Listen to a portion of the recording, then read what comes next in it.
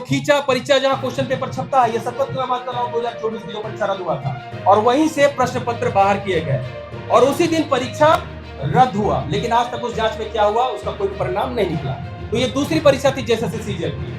तीसरा, जेपीएससी में क्या हुआ है, ओएमआर शीट जो परीक्षा का ओएमआर शीट जो होता है, ओएमआर शीट में कम नंबर रंगने के बावजूद भी बच्चे का मेंस रिजल्ट में, मतलब मेंस की सूची में, मतलब मेंस के लिए वो क्वालिफाई कर जाता है। या 18 उसने मात्र रंगा है, 17 और 18 आने के बावजूद भी उसका मुख्य परीक्षा में उसका सिलेक्शन हुआ है। अभय तिवारी ये जेएसएससी सीजीएल का बीएसओ रैंक का सेकेंड रैंक होल्डर है, सेकेंड रैंक होल्डर, ये स्पष्ट है। और साथ ही साथ उसने जेएसएससी की तमाम परीक्षाएं 4 से 5 परीक्षाओं में क्वालिफाई किया है और इंग्लिश में पीजीटी में जहां मेरी जानकारी है पीजीटी का वो टॉपर है इंग्लिश का। यानी कि आंदोलन साथ ही साथ जो न्यायिक प्रक्रिया है हम लोग उस पर आगे बढ़ेंगे कि 14वीं जेपीएससी में क्या हुआ है, पूरा राज्य पूरा देश कि किस तरह से, ये मैं नहीं कह रहा, ये मीडिया आप ही लोग कह रहे हैं कि किस तरह से ओएमआर शीट जो परीक्षा का ओएमआर शीट जो होता है, ओएमआर शीट में कम नंबर रंगने के बावजूद भी बच्चे का मेंस रिजल्ट में, मतलब मेंस की सूची में, मतलब मेंस के लिए वो क्वालिफाई कर जाता है। ये एक बहुत ही गंभीर मुद्दा है राज्य के लिए, बहुत ही गंभीर। मैं कैसे, मैं इसको बताता हूं, एक्सप्लेन करता हूं। जब इसके आगे बात बढ़ती है कि आखिर ये हुआ कैसे, तब जब बहुत ज्यादा आप मीडिया बंधुओं की तरफ से दबाव बनता है सरकार की तरफ से, तब सीआईडी जो राज्य की उच्च जांच एजेंसी है वो जेपीएससी आयोग में जो है छापेमारी करती है। और ये पहले से ही आप मीडिया बंधुओं के माध्यम से ही ये मार्केट में चल रहा था, खबर लगातार चल रही थी। हम लोगों ने भी सीआईडी को, जब जेएसएससी सीजीएल का जब मुद्दा चल रहा था, हम लोगों ने वरीय जांच एजेंसी को ये इंगित किया था कि कोई व्यक्ति, अभय तिवारी नाम का कोई व्यक्ति है, वो टीडीपीएल एजेंसी में कार्यरत है जो जेपीएससी का सारे महत्वपूर्ण एग्जाम्स को करा रही है। कितने एग्जाम्स को करा रही है? 5-6 एग्जाम्स को करा रही है, एफआरओ वगैरह का शायद वो कराई है। जेएसएससी सीजीएल का भी जेपीएससी का 14 जेपीएससी का उसने ही कराया है, साथ ही साथ बैकलॉग परीक्षा का भी उसी ने कराया है, ठीक है। और उसके साथ ये भी आप लोगों को पता होगा, हिंदुस्तान में खबर छपती है कि 6 जेपीएससी का बैकलॉग का भी, आप मीडिया रिपोर्ट्स को अगर आप देखें तो 6 जेपीएससी का बैकलॉग का भी वो यहां मौजूद है तथ्य, उसका भी कम नंबर लाने के बावजूद 17 या 18 उसने मात्र रंगा है, 17 और 18 आने के बावजूद भी उसका मुख्य परीक्षा में उसका सिलेक्शन हुआ है। तो सोचिए ये कितना गंभीर मुद्दा है।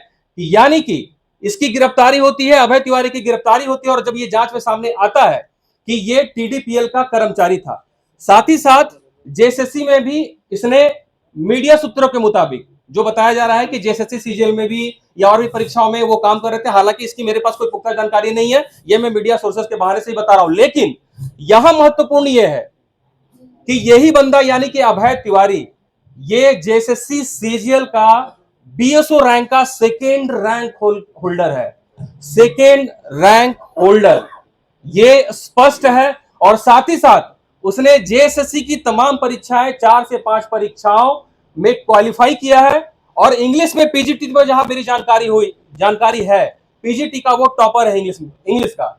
यानी कि ये जेएसएससी में ये बंदा सारे एग्जाम में टॉप करता रहा है और सारे एग्जाम को ये सिलेक्शन पाता रहा। तो मेरा एक प्रश्न है कि ये कैसे संभव है, बताइए कि एक ही आदमी जिसकी संलिप्तता एजेंसी में हो, जो एजेंसी में ऑलरेडी टीडीपीएल में काम कर रहा है, उसकी गिरफ्तारी होती है। यहां पे ये खुलासे होते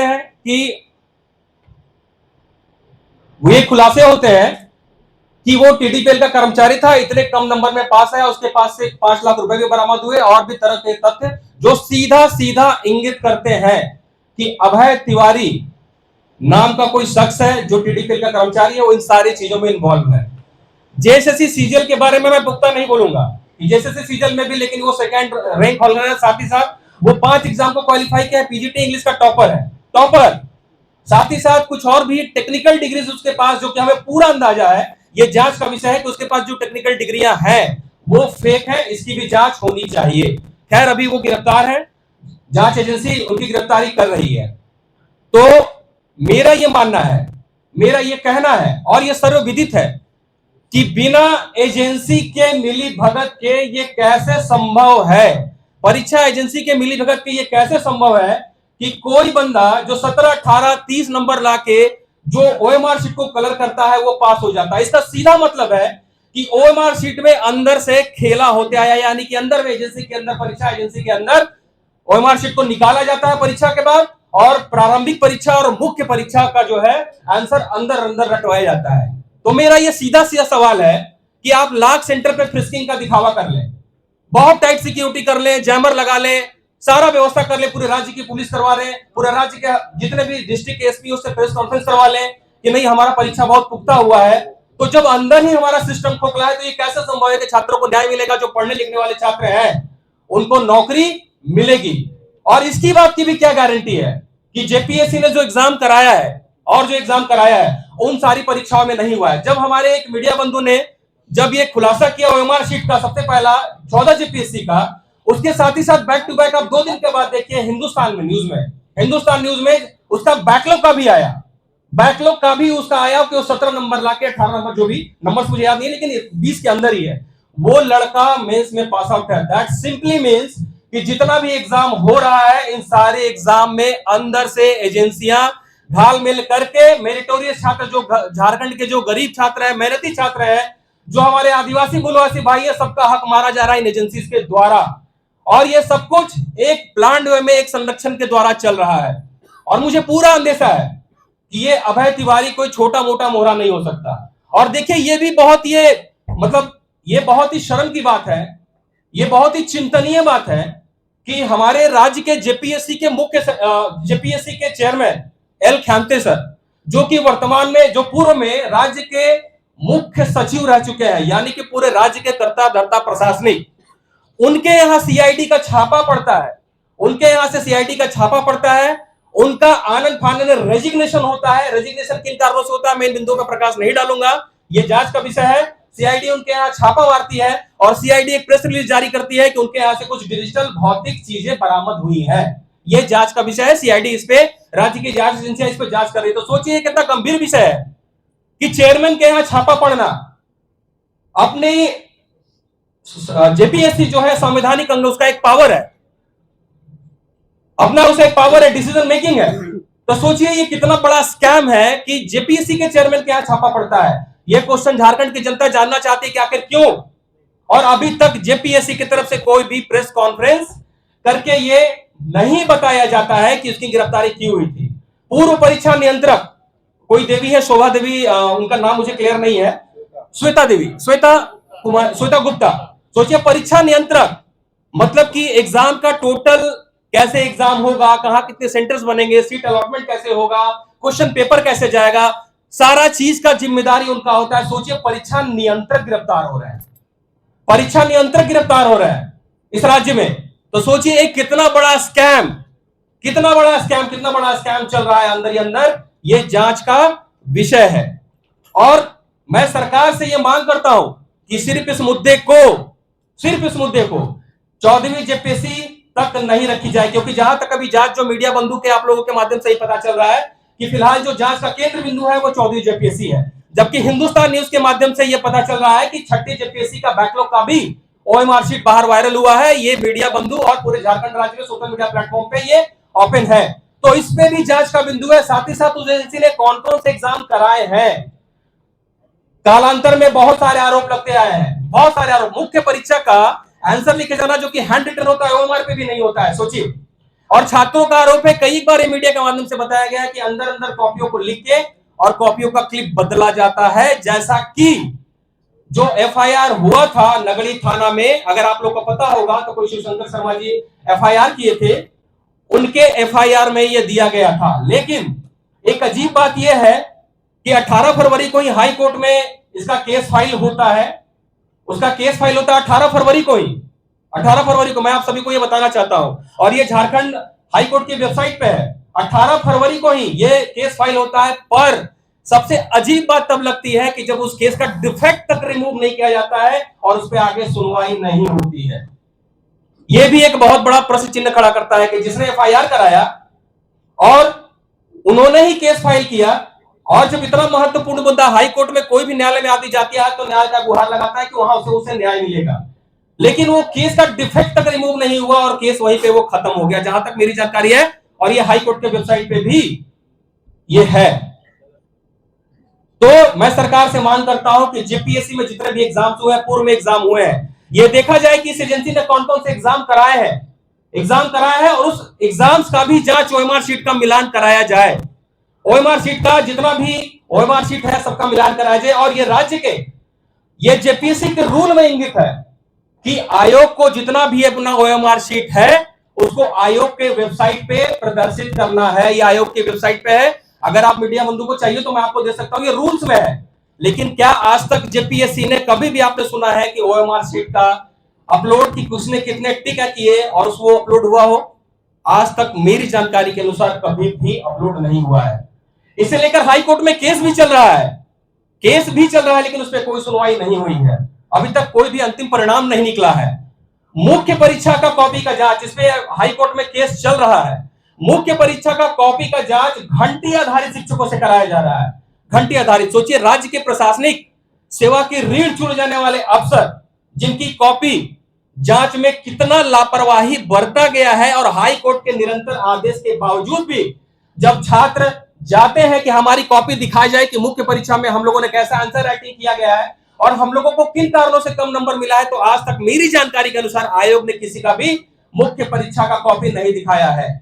ये हाई कोर्ट का आदेश भी है पर आज तक पालन नहीं किया गया है। ये आप मीडिया बंधु भी पता करें। तो सोचिए कितना एक सुनियोजित तरीके से जेपीएससी काम कर रही है ताकि यहां पे छात्रों के भविष्य से खेला जा सके। तो मैं सबसे पहले तो अपने माननीय मुख्यमंत्री हेमंत सोरेन जी से यह रिक्वेस्ट करूंगा कि इस पूरे मामले को सीबीआई को हैंडओवर किया जाए। सीबीआई को, ध्यान से सुनिएगा, सीबीआई को हैंडओवर किया जाए। सीबीआई को हैंडओवर क्यों किया जाए, मैं इसका कारण भी आपको पूरे प्रमाण के साथ बताऊंगा। जो सारे मीडिया बंधुओं से निवेदन है कि आप लोग बहुत ध्यान से सुनिएगा और समझने का प्रयास करिएगा, और किसी का कोई भी क्रॉस क्वेश्चन होगा तो आप जैसा बोले मैं हर प्रश्न का उत्तर देने के लिए तैयार हूं।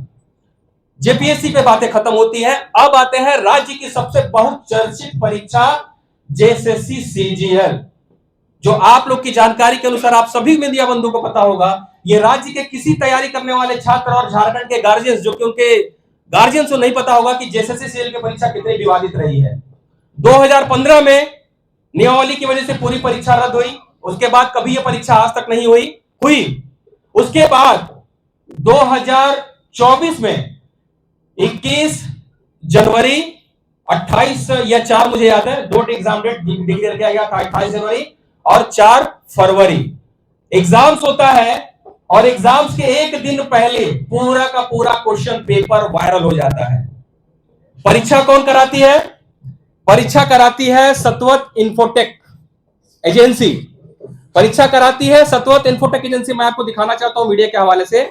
और एक दिन पहले पूरे राज्य में हर जगह वो पेपर वायरल हो जाता है और आनंद फानन में हम सभी लोग आंदोलन के द्वारा उस परीक्षा को हाथों हाथ रद्द करवाते हैं। पूरी परीक्षा रद्द होती है, लेकिन उसके बाद आज तक ये पता नहीं चल पाया, और आप मीडिया बंधु भी ज्ञात होंगे कि आखिर उसका मास्टरमाइंड कौन था। जांच का आदेश तो जरूर दिया गया, लेकिन आज तक उस पे फाइनल कंक्लूजन मेरे हिसाब से नहीं दिया गया है कि हु वाज द किंगपिन। और सत्यम जो एजेंसी थी, परीक्षा एजेंसी, ये देखिए, ये मैं नहीं, ये दैनिक भास्कर की रिपोर्ट बता रही है। दैनिक भास्कर की रिपोर्ट बता रही है कि सतवत एजेंसी अन्य राज्यों में ब्लैक लिस्टेड है। उसके बावजूद भी सतवत को टेंडर दिया गया था मेरी जानकारी के मुताबिक। ये देखिए, उसके बावजूद भी इसको टेंडर दिया गया। तो मेरा मानना है कि ये टेंडर दिए ही क्यों जाते हैं विवादित लोगों को। और उसमें एक जांच मुझे बहुत अच्छे से याद है कि उसमें ये आया था, केस डायरी में ये मेंशन था कि जहां पे पेपर छपते थे, बहुत ध्यान से सुनिएगा, मैं मेन पॉइंट पे भी आऊंगा, जहां पे पेपर छपते थे वहां पे किसी भी तरह का ना कोई कैमरा लगा था, किसी भी तरह का कोई भी फ्रिस्किंग वहां पे नहीं था। वहां पे कोई अंदर गया, फोटो खींचा, परीक्षा जहां क्वेश्चन पेपर छपता है, ये सतवत की मैं बात कर रहा हूं, 2024 की जो परीक्षा रद्द हुआ था, और वहीं से प्रश्न पत्र बाहर किए गए और उसी दिन परीक्षा रद्द हुआ। लेकिन आज तक उस जांच में क्या हुआ उसका कोई परिणाम नहीं निकला। तो ये दूसरी परीक्षा थी जेएसएससी सीजीएल की। तीसरा, सरकार ने बहुत ही जल्दीबाजी दिखाई, बहुत शानदार कदम था उनका परीक्षा ली गई 21 और 22 सितंबर को 2024, ठीक चुनाव के पहले 21 और 22 सितंबर को परीक्षा हुई। परीक्षा के पहले तरह तरह के आरोप लगे कि इसमें पेपर वायरल हुआ, नेट को बंद किया गया। नेट को बंद करने के पीछे भी मुझे वो पेपर कटिंग नहीं मिली है, पर मैं दे दूंगा, मेरे पास कहीं ना कहीं है। हवाला ये दी गया कि नेट क्यों बंद किया गया कि सूचना जो भी झारखंड की जो खुफिया एजेंसीज हैं उनको ये सूचना मिली थी कि इस परीक्षा में कोई गड़बड़ होने वाला है। ये पेपर में है, अब मैं आप मीडिया बंधु को जो है वो दे भी दूंगा। खुफिया एजेंसीज ने यह दावा किया था कि परीक्षा में कोई गड़बड़ी होने वाली है, और इसी को प्रिकॉशन को रखते हुए, मद्देनजर रखते हुए झारखंड सरकार ने पूरी परीक्षा, पूरी जो 21 और 22 का एग्जाम हुआ, पूरे राज्य में नेटबंदी कराया गया, नेटबंदी। लेकिन यहां ध्यान देने की और बात है कि उसमें वाईफाई चालू था, वाईफाई बंद नहीं किया गया था पहले दिन। बहुत सारा कंपनीज का, कुछ का बंद था, बहुत सारी कंपनीज का बंद किया गया था। ये तो डेटा निकल जाएगा, ठीक है। यहां हुआ, आरोप लगे उस पर कि बच्चे नेपाल गए, एफआईआर हुआ, उसको केस को टेक ओवर किया गया सीआईडी के द्वारा, जांच एजेंसी के द्वारा उसको टेक ओवर किया गया माननीय मुख्यमंत्री के आदेश के बाद। 2 एफआईआर हुए, बहुत ध्यान से सुनिएगा दोस्तों, बहुत ध्यान से सुनिएगा मेरे भाइयों। 2 एफआईआर हुए, 0102/2025। 01 हुआ आयोग के ऊपर, ये जो परीक्षा पेपर लीक हुआ आयोग के ऊपर।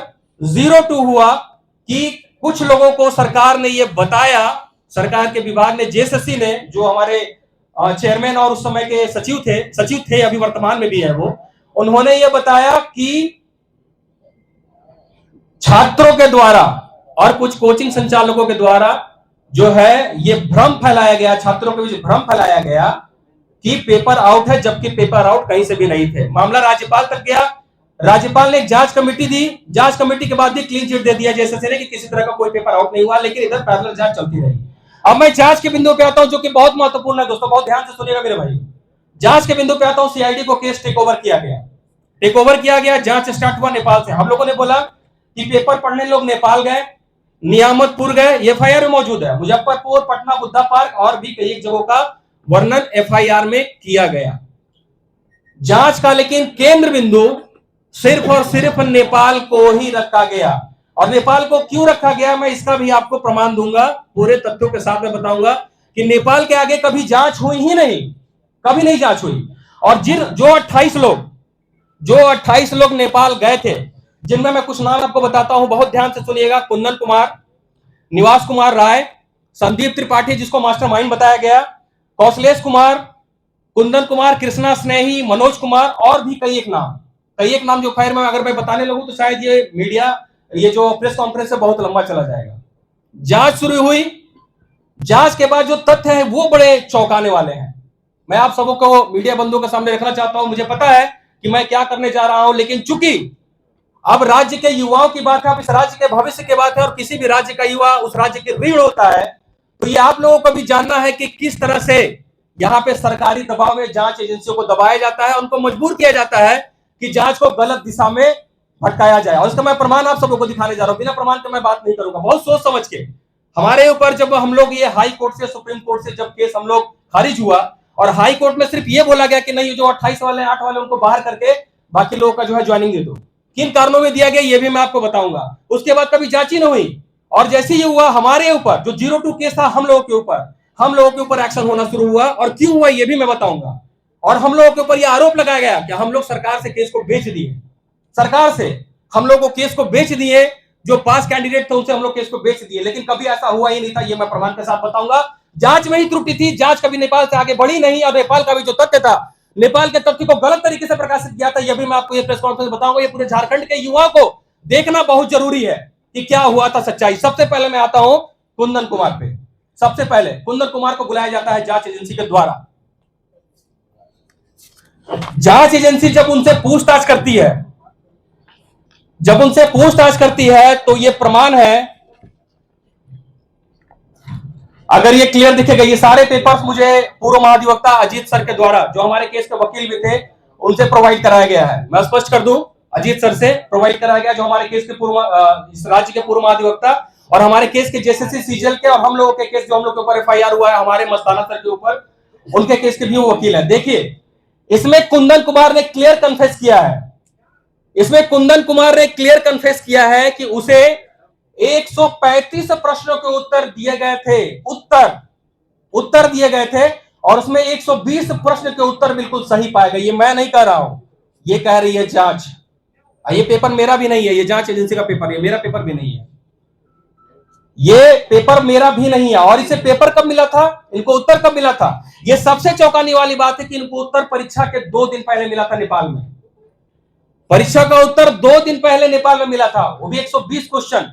जबकि इस बात को बताया गया कि यहां पे गेस क्वेश्चन था, और गेस क्वेश्चन की थ्योरी भी किस तरह से बनाएगी वो भी मैं आपको दिखा रहा हूं। अब दूसरे वाले पे आते हैं, दूसरे वाले जो भाई साहब है कुंदन कुमार के बाद, और सबसे इंपॉर्टेंट बात कि जितने लोगों ने कन्फेस किया है।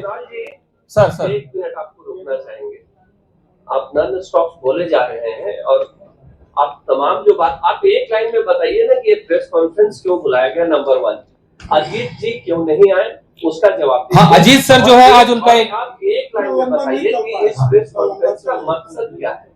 आप 20 मिनट से जो बातें कह रहे हैं वो सब, उसके बारे में सब लोग जान रहे हैं। इन्वेस्टिगेशन में गड़बड़ी हुई तो आप सेम एक लाइन में बोलिए कि हमको सीबीआई जांच पे भरोसा नहीं है, आप एक लाइन में बोलिए कि कोर्ट के फैसले पे भरोसा नहीं है। तो आप कहना क्या चाह रहे हैं सर? आपसे 5 लाइन। हाँ सर, मैं आपसे बताना चाहता हूँ, आपका बहुत अच्छा सवाल है।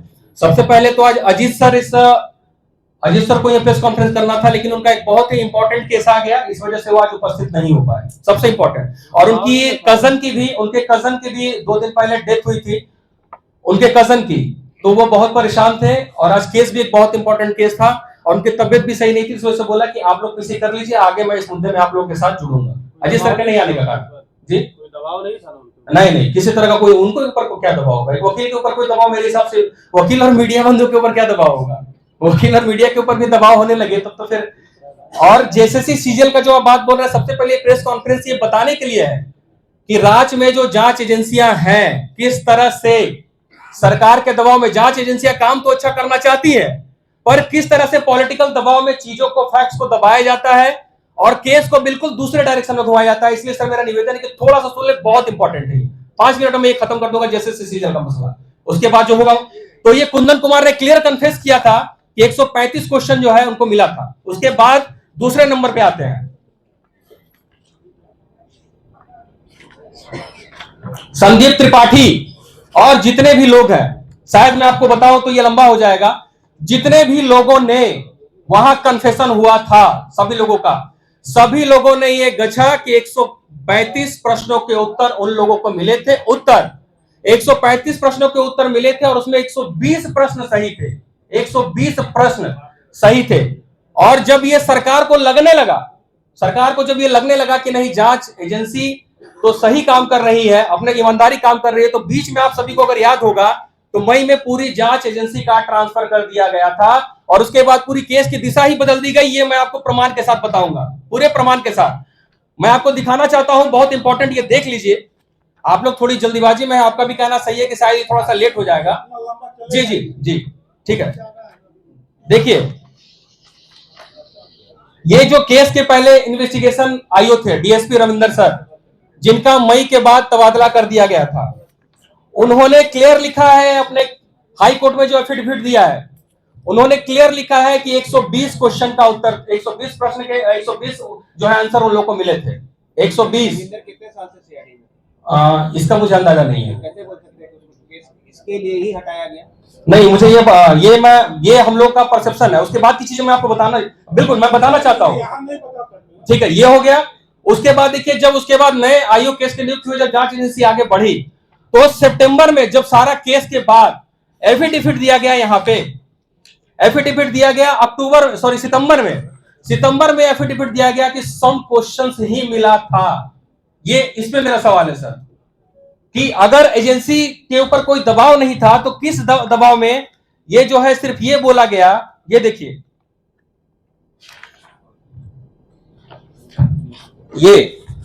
ये सितंबर का डायरी है, इसमें ये बताया गया कि ओनली फ्यू क्वेश्चंस, जबकि हाई कोर्ट में जितने भी एफिडेविट दिए गए थे वो सारे इनके कन्फेशन के आधार पे ही दिए गए थे। इसमें फ्यू क्वेश्चंस 135 क्वेश्चन में बहुत अंतर होता है। और सबसे इंपॉर्टेंट कि 135 क्वेश्चन का उत्तर 2 दिन पहले नेपाल में मिलना, दैट सिंपली मींस कि वो परीक्षा एजेंसी से ही निकला था, क्योंकि सेंटर पे परीक्षा के दिन आता है प्रश्न पत्र। सेंटर पे परीक्षा के दिन आता है, 2 दिन पहले एजेंसी के पास एक्सेस होता है। और किसी व्यक्ति के पास अगर नेपाल में हो तो इसका मतलब है कि पेपर एजेंसी से आउट था। उसके बाद मैं 2 बिंदु पे जांच पे ये कह के मैं आपको समाप्त करना चाहता हूं। उसके बाद जब ये पेपर मांगा गया नेपाल का, सॉरी नियामतपुर का, जो कि बंगाल का, जो हम लोगों ने आरोप लगाया था कि नियामतपुर में भी जो है पेपर आउट था। नियामतपुर में भी एजेंसी खुद ही वहां गई, जांच एजेंसी गई, वहां जांच भी की। लेकिन जांच करने के बाद जो तथ्य है वो बड़े चौंकाने वाले हैं। जांच करने के बाद ये आया कि वहां पे परीक्षा से पहले 120 लोग ठहरे हुए थे। नियामतपुर में, बंगाल में 120 लोग ठहरे हुए थे। पर सबसे दुर्भाग्य की बात यह है कि उस बंगाल एंगल पे, नियामतपुर एंगल पे कभी भी कोई जांच नहीं हुई। मंत्री रेसिडेंसी रांची का अभी आरोप लगाया गया था, उस पे भी कोई जांच नहीं हुआ। उसके बाद आयोग से 3 बार मांगा गया कि आप परीक्षा एजेंसी, कौन एजेंसी है, उसकी गोपनीयता क्या, कौन प्रिंटिंग पेपर कहां छपता है, कहां क्या आपका एसओपी है। तीनों बार गोपनीयता का हवाला देके नहीं दिया गया। तीनों बार, ये पेपर बोलता है मैं नहीं, तीनों बार ये गोपनीयता का हवाला देके नहीं गया गया। जब इतना महत्वपूर्ण मुद्दा राज्य का हो, जिसमें सीआईडी, जिसमें मुख्यमंत्री, माननीय मुख्यमंत्री का आदेश हो, उसके बावजूद भी क्यों नहीं दिया गया था? परीक्षा एजेंसी का क्यों नहीं दिया गया था? और जिस अनीस की गिरफ्तारी हुई है, जो ये पेपर के मुताबिक सारा का मनी ट्रेल जो आया है, मनी ट्रेल का भी पेपर मेरे पास है, सारे लोगों का मनी ट्रेल परीक्षा के बाद का है। यानी कि परीक्षा के बाद सब लोग आए और सभी लोग परीक्षा दिए। ये मैं नहीं, सीआईडी की रिपोर्ट बोलती है। तो मुझे बताइए, परीक्षा के बाद कौन सा ऐसा बेवकूफ होगा जो कि गेस्ट क्वेश्चन की थ्योरी करने के बाद वो पैसा दिया होगा लाखों में? ये मैं नहीं, पेपर्स बोल रहे हैं। और जब इन लोगों का रिकॉर्ड मांगा गया, जो परीक्षा कराने वाले एजेंसी थे वेबल, जो मास्टरमाइंड था अनीस, आपको ये जान के बड़े अजीब लगेगा कि अनीस का आवास भी कलकत्ता में था। अनीस भी कलकत्ता में था और अनीस के अकाउंट में भी पैसा गया है। ये जो नेपाल वाले लोग गए थे, उनका स्टेटमेंट है मनोज का कि 15 लाख रुपया अनीस के अकाउंट में जमा किया गया था। तो जब इन लोगों का, सारे लोगों का, मैत्री रेसिडेंसी का, नियामतपुर का, नेपाल का और अनीस का, परीक्षा एजेंसी का, जब बीटीएस डंप मांगा गया, ये पेपर में है मौजूद कि जब बीटीएस डंप मांगा गया तो उस पर क्यों नहीं बीटीएस डंप दिया गया कि वहां कौन कौन लोग मौजूद थे एक रात पहले, और उस पर जांच क्यों नहीं है? जांच को सिर्फ और सिर्फ नेपाल तक क्यों रखा गया? और सबसे इंपॉर्टेंट कि जो यहां पे केस किया, मैं आप लोग को बताना चाहता हूं कि that time I was suffering from cancer. अगस्त में मुझे कैंसर डिटेक्ट हुआ था। अगस्त में 2 अगस्त को मेरा ऑपरेशन हुआ था यहाँ पे। और मैंने ये जांच एजेंसी को बताया, और जब तक पहली टीम थी जो पूरा ट्रांसफर हुआ था, तब तक जांच एकदम इस पेपर के अनुसार सही दिशा में गई। हम लोगों ने हाई कोर्ट में बात रखा है। लेकिन जैसे ही ये सितंबर में फ्यू क्वेश्चन वाला एफिडेविट आता है, और जब मामला रफा दफा करने का प्रयास किया जाता है, उसके बाद जांच एजेंसी हम लोगों पे वारंट हम लोग का इशू किया जाता है। जबकि मैंने बताया, जांच एजेंसी को मैंने बताया, मैंने पेपर्स में दिया कि मुझे सार्कोमा नाम का दुर्लभ कैंसर, जो कि बहुत एग्रेसिव है, उसका इलाज चल रहा है। और उस इलाज के दौरान भी मैं चाहता तो मुंबई चला जाता इलाज करने के लिए, क्योंकि अपने झारखंड में कोई भी वैसा कोई अच्छा सेंटर्स जो है नहीं है। लेकिन मैंने ये सोच बनी कि अगर मैं चला जाऊं, क्योंकि जैसे सीजीएल का मुद्दा और जो हमारे टीम लड़ी, अगर मैं चला जाता हूं तो ये केस खत्म हो जाएगा, झारखंड के छात्रों के साथ न्याय नहीं होगा। और सितंबर के बाद मुझे नोटिस पे नोटिस दिया गया, और अंततः जब केस खारिज हुआ हमारा हाई कोर्ट से, उसके बाद मेरा वारंट हुआ और गिरफ्तारी के लिए मेरा आदेश हुआ। और उससे पहले मस्ताना सर, जो कि इस केस में विसल ब्लोअर है, मस्ताना सर को उठा के जेल में डाल दिया गया। मस्ताना सर के हाई कोर्ट से बेल भी हो गया। आज ट्रायल में 20 बार जो है जवाब मांगा कि आप गिरफ्तारी क्यों हुआ, लेकिन कोई जवाब सरकार की तरफ से नहीं दिया गया है। यहाँ पे पूजा सिंघल और जितने भी आईएएस है, उनकी नियुक्ति तो कर दी जाती है बेल होने के बाद, लेकिन मस्ताना सर जो कि विसल ब्लोअर थे, उनकी नियुक्ति आज तक नहीं की गई है, और आज तक उनका वेतन तक नहीं मिला हम लोग की जानकारी के अनुसार। और ये आपको भी कुछ दिन पहले फॉलोअप में 2 दिन पहले आया था। तो मैं कहना चाहता हूं कि क्या यही माहौल चलेगा पूरे राज्य में कि जो जांच करे उसको सरकारी दबाव में, एजेंसियां अच्छा जांच करना चाहती है लेकिन पॉलिटिकल प्रेशर में उनको दबा दिया जाता है।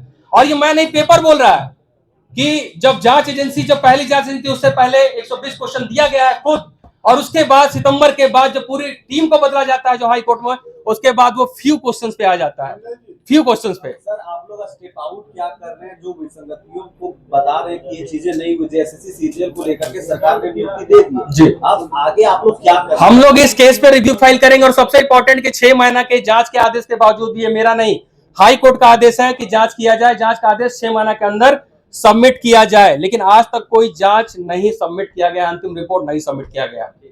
तो जिस परीक्षा में इतनी विसंगति हो उसके बावजूद भी इसको क्लीन चिट देना कहां से जायज है?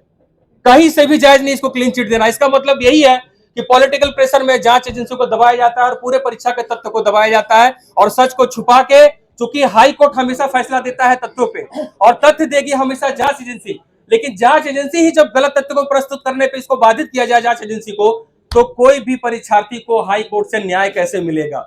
और जो सर सवाल तो ये है कि राज्य में लाखों युवा है, सर हजारों युवा परीक्षा देते हैं, आप ये मुद्दा क्यों उठा रहे हैं? नहीं, पूरे राज्य और दूसरी सवाल है, सर एक तरफ सरकार पे आप सवाल भी खड़े कर रहे जी। हैं, दूसरी तरफ सरकार से ये भी मांग कर रहे हैं कि सीबीआई जांच हो, जी। ये कैसे संभव है ये बताइए। नहीं, देखिए कोई भी पहले भी इस जो हमारी व्यवस्था है, सबसे पहले तो हम मांग अपने मुख्यमंत्री से ही करेंगे।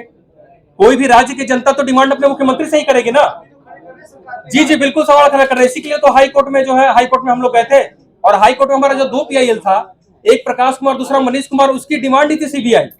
लेकिन जब तक सरकार कभी खुद से, ये हर राज्य का ये आप देखा जाए सिस्टम है ये कि राज्य कभी खुद से कभी सीबीआई इंक्वायरी नहीं देती है, लेकिन डिमांड मांगना हमारा काम है, हमें हमारे मुखिया से न्याय मांगना हमारा काम है। जब मुझे दिखता है, और ये पेपर्स बोल रहे हैं मैं नहीं, कि जब सीआईडी जब जांच सही से नहीं कर रही है तो लोग किससे न्याय मांगेंगे? सीबीआई से तो न्याय मांगेंगे ना। और ये आप जो आरोप, और जो आप अफसर ये पूछे क्वेश्चन कि आप ही के मुद्दा उठा रहे हैं, मैं नहीं, ये पूरे राज्य के पीछे छात्र खड़े हैं, उधर भी बैठे हैं, और ये सोशल मीडिया पे आप देखिए तो ये ट्रेंड चल रहा है कि सीबीआई इंक्वायरी। सिर्फ मैं मांग नहीं कर रहा हूं, पूरे राज्य के छात्र मांग कर रहे हैं, सिर्फ मैं नहीं सर। सरकार पे जो आरोप लगा रहे हैं, जी। क्या सरकार लग रही है कि सीबीआई जांच के आदेश देगी इसके बाद? मैं बहुत ही ऑप्टिमिस्टिक व्यक्ति हूं, बहुत ही ऑप्टिमिस्टिक। ये देना ना देना सरकार का काम है, हमारा मांग है, हमारा काम है मांगना, और उसी मंच के आप लोगों के माध्यम से मैं ये मांग रहा हूं कि सीबीआई इंक्वायरी सरकार सारे मुद्दों पे दे। जी, अगर सरकार नहीं मानेगी तो अपने तरीके से, लोकतांत्रिक तरीके से जो हमें अधिकार दिए गए हैं, आंदोलन जो कि आप देख रहे होंगे अभी दिल्ली में भी जो प्रोटेस्ट चल रहा है, जिसमें माननीय धर्मेंद्र प्रधान जी तक का इस्तीफा देना पड़ा, हम लोग इसको किसी भी पॉलिटिकल पार्टी से परे सब लोग निर्णय करके एक आंदोलन, साथ ही साथ जो न्यायिक प्रक्रिया है हम लोग उस पर आगे बढ़ेंगे। सर